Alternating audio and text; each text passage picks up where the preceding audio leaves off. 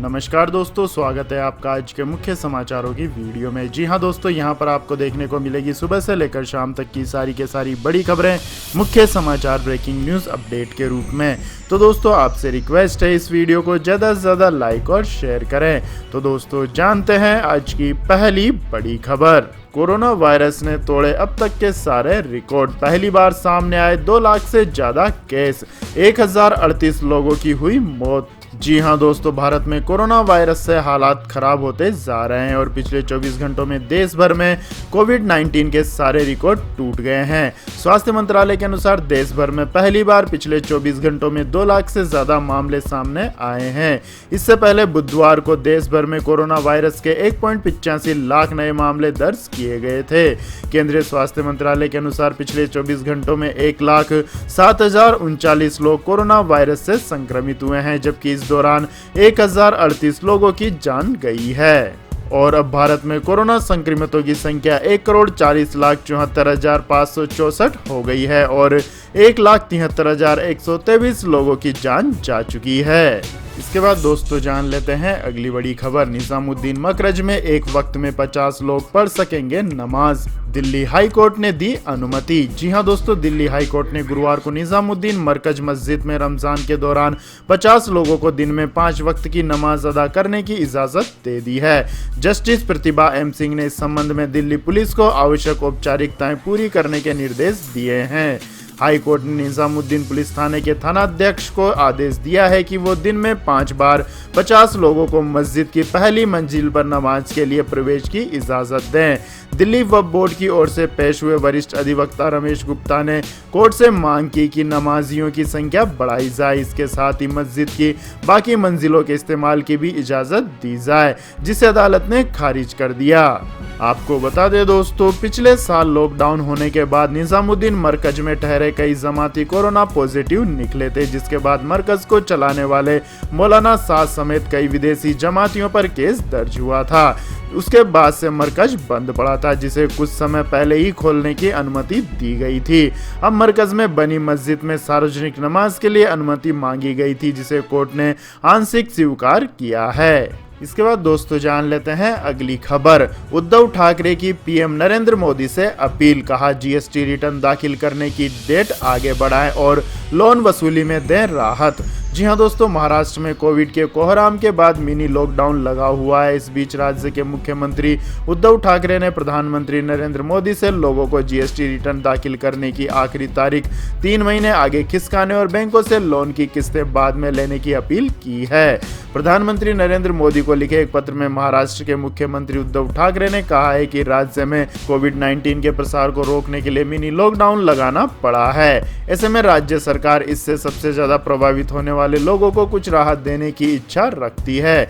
राज्य सरकार का केंद्र से अनुरोध है कि कोविड-19 की स्थिति को देखते हुए सरकार छोटे और मझोले कारोबारियों को मार्च और अप्रैल के जीएसटी रिटर्न दाखिल करने में राहत दें और इनकी डेट 3 महीने के लिए बढ़ा दें। और इसी के साथ उद्धव ठाकरे ने बैंकों से छोटे आकार की औद्योगिक इकाइयों, कारोबारों, स्टार्टअप इत्यादि को सरकार की विभिन्न योजनाओं के तहत दिए गए लोन की वसूली, तिमाही की किस्तें बाद में लेने का अनुरोध किया है। साथ ही इस पर ब्याज माफ करने के लिए भी कहा है। उनका कहना है कि देश को आत्मनिर्भर बनाने में इन इकाइयों का अहम योगदान है और कोविड जैसे इस मुश्किल समय में ये उनके लिए बहुत बड़ी मदद होगी। इसके बाद दोस्तों जानते हैं अगली खबर। यूपी में कोरोना मरीजों को भर्ती न करने वाले अस्पतालों पर महामारी एक्ट में दर्ज होगा केस। जी हां दोस्तों, उत्तर प्रदेश के मुख्यमंत्री योगी आदित्यनाथ ने कोरोना संक्रमितों को अस्पताल में भर्ती करने में आनाकानी करने वालों को गंभीरता से लिया है। उन्होंने निर्देश दिए हैं कि डीएम और सीएमओ स्तर से भेजे जा रहे कोरोना संक्रमितों को अस्पताल में भर्ती करने में कोताही करने वालों के खिलाफ नियमानुसार महामारी एक्ट के तहत मुकदमा दर्ज कर सख्त कार्यवाही की जाए। इस बाबत चिकित्सा विभाग ने प्रदेश के सभी कमिश्नर, डीएम और सीएमओ को आदेश जारी कर दिया है। सीएम योगी ने हाल ही में मेडिकल कॉलेजों और चिकित्सा महाविद्यालयों में ऑक्सीजन की किल्लत न हो पाए, इसलिए ऑक्सीजन प्लांट प्लांट की स्थापना को लेकर जोर दिया था। उनके निर्देश पर प्रदेश के कई मेडिकल कॉलेजों और चिकित्सा महाविद्यालयों में ऑक्सीजन जनरेशन प्लांट की स्थापना की गई है। इसके अलावा राजकीय मेडिकल कॉलेज सहारनपुर, अंबेडकर नगर, आजमगढ़, बांदा और स्वशासी राज्य चिकित्सा महाविद्यालय फिरोजाबाद, अयोध्या, बस्ती, बहराइच में भी ऑक्सीजन प्लांट की स्थापना की जा रही है। इसके बाद दोस्तों जानते हैं अगली खबर। हरिद्वार कुंभ मेले में फैल रहा है कोरोना। पिछले 5 दिनों में 1701 निकले संक्रमित। जी हां दोस्तों, हरिद्वार में चल रहे कुंभ मेले में पिछले 5 दिनों में 1701 लोग कोरोना संक्रमित मिले हैं। यह कोरोना जांच 10 से 14 अप्रैल के बीच की गई थी। ऐसे में आशंका जताई जा रही है कि महाकुंभ से लौट रहे लोगों से देश में कोरोना के मामलों में उछाल आ सकता है। हरिद्वार के मुख्य चिकित्सा अधिकारी शंभू कुमार झा ने बताया है कि स्वास्थ्य कर्मियों ने मेले क्षेत्र में पिछले 5 दिनों में 2,36,751 लोगों की कोरोना जांच की है। इनमें से 1701 लोगों के कोरोना संक्रमित होने की पुष्टि हुई है। उन्होंने कहा है कि इस संख्या में हरिद्वार से लेकर देवप्रयाग तक पूरे मेला क्षेत्र में 5 दिनों में की गई RT-PCR और रैपिड एंटीजन जांच दोनों के आंकड़े शामिल हैं। इसके बाद दोस्तों जान लेते हैं अगली बड़ी खबर। आम आदमी पर दोहरी मार। कोरोना कहर के बीच थोक महंगाई दर 8 साल के उच्चतम स्तर पर। जी हां दोस्तों, आम लोगों पर दोहरी मार पड़ रही है। एक तरफ जहां कोरोना वायरस ने कोहराम मचा रखा है तो दूसरी तरफ महंगाई तेजी से बढ़ रही है। थोक कीमतों पर आधारित महंगाई दर मार्च में 8 साल के उच्चतम स्तर 60.39% पर पहुंच गई। कच्चे तेल और धातु की बढ़ती कीमतों के कारण महंगाई बढ़ती जा रही है। पिछले साल कोविड महामारी के प्रकोप को रोकने के लिए लगाए गए देशव्यापी लॉकडाउन के चलते कीमतें कम थी। थोक मूल्य सूचकांक पर आधारित महंगाई दर फरवरी में 4.17% और मार्च 2020 में 0.42% थी। थोक मूल्य सूचकांक महंगाई दर में लगातार तीसरे महीने बढ़ोतरी हुई है। वाणिज्य और उद्योग मंत्रालय ने कहा है कि महंगाई दर की वार्षिक दर मार्च 2020 के मुकाबले मार्च 2021 में 7.39% थी। और आपको बता दें दोस्तों, थोक मूल्य सूचकांक का इतना उच्च स्तर इससे पहले अक्टूबर 2012 में था, जब महंगाई दर 7.40% थी। मार्च में खाद्य पदार्थों की महंगाई दर 3.24% रही और इस दौरान दालों, फलों तथा धान की कीमतों में कमी आई है। इसके बाद दोस्तों जान लेते हैं अगली खबर। कोरोना के चलते ताजमहल सहित देश की सभी पुरातत्व इमारतों को 15 मई तक बंद किया गया। जी हां दोस्तों, कोरोना के चलते ताजमहल सहित देश की सभी पुरातत्व इमारतों को 15 मई तक बंद कर दिया गया है। यह निर्देश ऐसे वक्त आया है जब कोरोना के बढ़ते मामलों के बीच भारत ने ब्राजील को पीछे छोड़ दिया है। कोरोना के कुल संक्रमित मामलों के आधार पर भारत अमेरिका के बाद दूसरे सबसे ज्यादा प्रभावित देश बन गया है। देश में कोरोना के बढ़ते बेतहाशा मामलों को देखते हुए केंद्र सरकार के अधीन सभी स्मारकों और संग्रहालयों को 15 मई तक के लिए बंद कर दिया गया है। अधिकारियों ने गुरुवार को यह जानकारी दी। इसके बाद दोस्तों जानते हैं अगली खबर। रशिया ने 2 टूक शब्दों में कहा, पाकिस्तान के साथ सीमित संबंध। भारत विश्वसनीय सहयोगी है और हमेशा रहेगा। जी हां दोस्तों, भारत और रूस के रिश्तों को लेकर पिछले कुछ समय से अटकलें लगाई जा रही है, खासकर जब यह खबर आम हुई कि रूस पाकिस्तान को सैन्य उपकरण देगा और दोनों देश संयुक्त नौसेना अभ्यास करेंगे। तब से नई दिल्ली मॉस्को के दशकों पुराने रिश्तों पर सवाल उठ रहे हैं। हालांकि अब रूस ने इन अटकलों पर विराम लगा दिया है। मॉस्को ने साफ कर दिया है कि भारत उसका विश्वसनीय सहयोगी था और हमेशा रहेगा। रूस के इस बयान से पाकिस्तान को मिर्ची लगनी तय है। इसके बाद दोस्तों जान लेते हैं अगली खबर। सिटी ग्रुप भारत समेत 13 बड़े बाजारों से अपना कारोबार समेटेगा। जी हां दोस्तों, सिटी ग्रुप के CEO जेन फ्रेजर ने कहा है कि ग्लोबल बैंकिंग समूह सिटी ग्रुप भारत, चीन और 11 अन्य खुदरा बाजारों से अपना कारोबार समेट रहा है।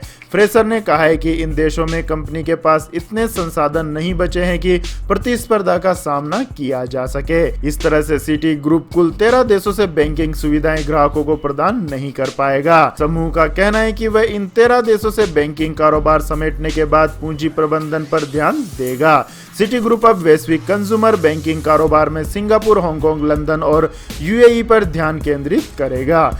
इसके बाद दोस्तों जान लेते हैं अगली बड़ी खबर। लेकिन दोस्तों अगली खबर जानने से पहले आप लोगों से गुजारिश है कि इस वीडियो में दिखाई गई खबरें अगर आपको पसंद आई हो तो इस वीडियो को लाइक करें, शेयर करें और हमारे चैनल को सब्सक्राइब करें। तो दोस्तों जान लेते हैं अगली बड़ी खबर। इस वित्तीय वर्ष में 40,000 लोगों को जॉब देगी टीसीएस, तो इन्फोसिस देगी 26,000 लोगों को नौकरी। जी हाँ दोस्तों, दिग्गज कंपनी टाटा कंसल्टेंसी सर्विसेज, जिसने पिछले साल लगभग 40,000 लोगों की नियुक्ति की थी, वह इस वित्तीय वर्ष में भी इसी तरह लोगों की नियुक्ति करेगी और करीब 40,000 लोगों को नौकरी प्रदान करेगी। चौथी तिमाही की घोषणा करने के एक दिन बाद पत्रकारों से बातचीत करते हुए भारत की सबसे बड़ी सॉफ्टवेयर सेवा प्रदाता कंपनी ने कहा है कि यह पहले से ही आ रही मांग को पूरा करने के लिए उसे नई हायरिंग करने में कोई दिक्कत नहीं है। वहीं टीसीएस के मुख्य मानव संसाधन अधिकारी मिलिंद लक्कड़ ने कहा है कि हमारा ऑपरेटिंग मॉडल बहुत ही अच्छा है, ये कैंपस से आने वाले लोगों पर आधारित है। वहीं भारत की दूसरी सबसे बड़ी सॉफ्टवेयर सेवा निर्यातक इन्फोसिस अपनी भर्ती योजनाओं के अनुरूप भारत और विदेशी कॉलेजों के 26,000 फ्रेशर्स को इस साल नौकरी पर रखेगी। कंपनी का चौथी तिमाही के लिए अटैचमेंट रेट भी लगभग 2 गुना होकर 15% हो गया है। कंपनी के मुख्य परिचालन अधिकारी प्रवीण कुमार राव ने कहा है कि कंपनी अपने कर्मचारियों के साथ लगातार बातचीत कर रही है। इसके बाद दोस्तों जान लेते हैं अगली बड़ी खबर। म्यांमार में खूनी संघर्ष जारी, सेना ने 51 बच्चों को उतारा मौत के घाट। जी हाँ दोस्तों, म्यांमार में जब से सैन्य तख्ता पलट हुआ है, वहां सेना खून की होली खेल रही है। संयुक्त राष्ट्र ने म्यांमार के सुरक्षा बलों से बच्चों के खिलाफ हिंसा से बचने की अपील करते हुए कहा है कि फरवरी में हुए सैन्य तख्तापलट के बाद से कम 51 बच्चे मारे जा चुके हैं। संयुक्त राष्ट्र के प्रवक्ता स्टीफन डुजारिक ने बुधवार को प्रेस ब्रीफिंग में कहा है कि पिछले 13 अप्रैल तक म्यांमार के सुरक्षा बलों द्वारा कम से कम 51 बच्चों को मार दिया गया है और लगभग 1000 बच्चों को मनमाने ढंग से हिरासत में लिया गया है। उन्होंने कहा है कि संयुक्त राष्ट्र की देश की टीम सुरक्षा बलों से हिंसा से बचने और बच्चों और युवाओं को नुकसान के रास्ते से बाहर रखने की भी अपील करती है। इसके बाद दोस्तों जान लेते हैं अगली बड़ी खबर। तमिलनाडु सरकार का आदेश, ऑनलाइन परीक्षा के बिना अगली कक्षा में नहीं मिलेगी पदोन्नति। जी हाँ दोस्तों, तमिलनाडु सरकार ने मद्रास हाई कोर्ट को बताया है कि ऑनलाइन परीक्षा किए बगैर किसी भी विद्यार्थी को अगली कक्षा में पदोन्नति नहीं दी जाएगी। राज्य सरकार ने इससे पहले बताया था कि कोविड-19 महामारी को रोकते हुए परीक्षा रद्द की जाएंगी। इसके बाद हाई कोर्ट के सामने सरकार ने अचानक अपना रुख बदल लिया है। तमिलनाडु सरकार ने 2 जनहित याचिकाओं के जवाब में अपना पक्ष रखते हुए ये बात कही है। सुनवाई के लिए मामले आने पर राज्य सरकार ने कोर्ट को सूचित किया कि उसने ऑनलाइन परीक्षा आयोजित करने का फैसला लिया है, क्योंकि कोर्ट ने स्पष्ट रूप से कहा है कि परीक्षाएं रद्द किया जाना स्वीकार्य नहीं है। इसके बाद दोस्तों जान लेते हैं अगली खबर। ब्रिटेन 97 दिन बाद हो रहा है अनलॉक, 48% आबादी को लग चुका है कोरोना का वैक्सीन। जी हाँ दोस्तों, दुनिया भर में कोरोना वायरस के मामले लगातार बढ़ रहे हैं। इसी बीच यूरोप में कोरोना की वजह से मरने वालों का आंकड़ा 10 लाख के पार पहुंच गया है। वहीं ब्रिटेन में दुनिया का सबसे लंबा और सख्त लॉकडाउन सोमवार से अनलॉक होने जा रहा है। 97 दिन बाद सड़कों और सार्वजनिक जगहों पर फिर से रौनक दिखने लगी है। यहाँ 5 फरवरी से लॉकडाउन शुरू हुआ था। 21 जून से पूरी तरह से लॉकडाउन हटा लिया जाएगा। ब्रिटेन अपनी 48% से ज्यादा आबादी को कोविशील्ड वैक्सीन लगा चुका है। खबरों की माने तो 4 जनवरी को जब ब्रिटिश प्रधानमंत्री बोरिस जॉनसन ने नए प्रतिबंधों की घोषणा की थी, तब नियमों और प्लानिंग को लेकर बिल्कुल साफ रणनीति थी। कौन सा सेक्टर कब तक बंद रहेगा और कब खुलेगा, इसके पहले इसी जानकारी दे दी गई थी। इस वजह से लोगों में अफरा तफरी नहीं मची। लोगों ने सख्ती के साथ लॉकडाउन के नियमों का पालन किया है। इसके बाद दोस्तों जान लेते हैं वेदर अपडेट। तो दोस्तों फिर सक्रिय हुआ पश्चिमी विक्षोभ, देश के इन हिस्सों में होगी बारिश और ओलावृष्टि। जी हाँ दोस्तों, देश की राजधानी दिल्ली में तापमान आसमान छू रहा है। बढ़ते तापमान की वजह से लोग गर्मी से बेहाल हैं। वहीं दक्षिणी भारत के कुछ हिस्सों में इस सप्ताह के आने वाले दिनों में तेज हवाओं के साथ बारिश और ओलावृष्टि की संभावना बनी हुई है। इस दौरान दक्षिणी भारत के कई राज्यों में अलग अलग स्थानों पर तेज बारिश होने का अनुमान है। भारतीय मौसम विज्ञान विभाग के अनुसार अगले 3 दिनों में केरल, तमिलनाडु, पुडुचेरी और कराईकल में भारी बारिश के आसार हैं, जबकि तटीय और दक्षिणी कर्नाटक में अगले 24 घंटे तक भारी वर्षा हो सकती है। इन जगहों के लिए आईएमडी ने अगले 2 दिन के लिए येलो अलर्ट जारी किया है। रिपोर्ट के मुताबिक जम्मू कश्मीर, लद्दाख, गिलगित बल्टिस्तान और मुजफ्फराबाद में बारिश होने की संभावना है। हिमाचल प्रदेश में 16 अप्रैल और उत्तराखंड में 16 व 17 अप्रैल को ओलावृष्टि हो सकती है। इसके बाद दोस्तों जान लेते हैं पेट्रोल डीजल प्राइस टुडे। जी हां दोस्तों, करीब 15 दिनों के बाद गुरुवार को तेल कंपनियों ने पेट्रोल डीजल की कीमतों में कटौती कर लोगों को राहत दी है। गुरुवार को दिल्ली में पेट्रोल प्रति लीटर 16 पैसे और डीजल 14 पैसे प्रति लीटर सस्ता हो गया है। इससे पहले लगातार 15 दिनों तक पेट्रोल डीजल के दाम में कोई बदलाव नहीं हुआ था। कच्चे तेल के अंतर्राष्ट्रीय बाजार में करीब 5% की तेजी दर्ज की गई। इसके बाद दोस्तों जान लेते हैं गोल्ड सिल्वर प्राइस टुडे। जी हां दोस्तों, सोने और चांदी की कीमतों में फिर बढ़ोतरी हुई है। HDFC सिक्योरिटीज के अनुसार गुरुवार को राष्ट्रीय राजधानी दिल्ली में सोना 159 रुपए की छलांग लगाकर 46,301 रुपए प्रति 10 ग्राम पर आ गया है। पिछले कारोबारी सत्र में यह 46,142 रुपए प्रति 10 ग्राम पर बंद हुआ था। वहीं चांदी 216 रुपए चढ़कर 67,168 रुपए किलो हो गई है। पिछले कारोबारी दिन यह 66,962 रुपए प्रति किलोग्राम पर बंद हुई थी। इसके बाद दोस्तों जान लेते हैं अगली बड़ी खबर। फ्रांस ने पाकिस्तान से अपने नागरिकों को निकलने की दी सलाह। जी हां दोस्तों, बीते साल फ्रांस की एक मैगजीन में छपे पैगंबर मोहम्मद के एक कार्टून को लेकर पाकिस्तान में बवाल मचा हुआ है। देश की कट्टर इस्लामी पार्टी के समर्थकों ने विरोध प्रदर्शन शुरू किया है, जिसके बाद छिड़ी खूनी जंग में 7 लोगों की मौत हो चुकी है और सैकड़ों घायल हुए हैं। पाकिस्तान में बढ़ती हिंसा के मद्देनजर फ्रांस ने अपने नागरिकों और कंपनियों को जल्द से जल्द वहां से निकलने की सलाह दी है।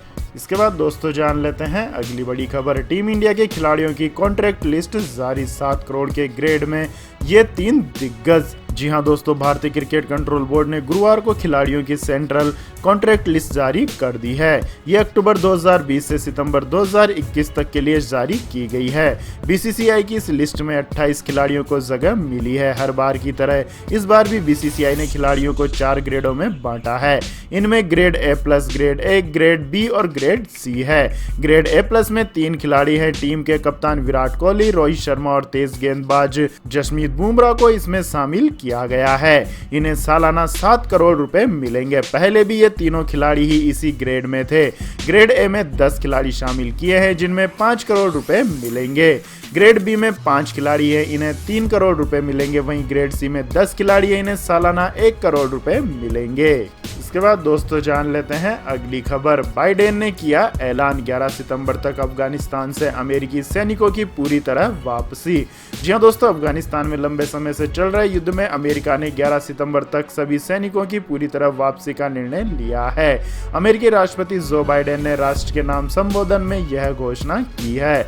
जो बाइडेन ने कहा है कि हजारों सैनिकों को केवल एक देश की सुरक्षा पर केंद्रित करना और अरबों डॉलर खर्च करना सही निर्णय नहीं है। उन्होंने विशेष तौर पर पाकिस्तान और रूस, चीन, भारत और तुर्की से अपील की है कि वे अफगानिस्तान में शांति स्थापित करने में मदद करें। आपको बता दें दोस्तों, राष्ट्रपति जॉर्ज W. बुश ने देश को अक्टूबर 2001 में पहली बार अफगानिस्तान में अलगाववाद के ट्रेनिंग कैंपों पर हमला करने की जानकारी दी थी। उसी स्थान से बाइडेन ने सेना वापसी का ऐलान किया है।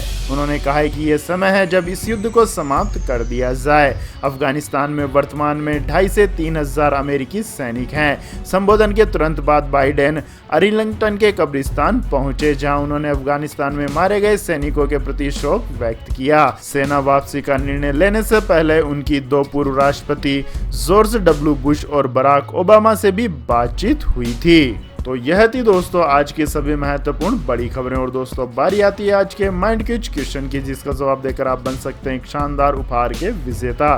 तो दोस्तों आज का सवाल है, आजाद हिंद फौज का गठन किसने किया था? जी हाँ दोस्तों, अगर आपको इस सवाल का जवाब आता है तो तुरंत कमेंट सेक्शन में लिख दीजिए। इस वीडियो को लाइक कीजिए, शेयर कीजिए और हमारे चैनल को सब्सक्राइब करके बेल आइकन का बटन भी दबा लें।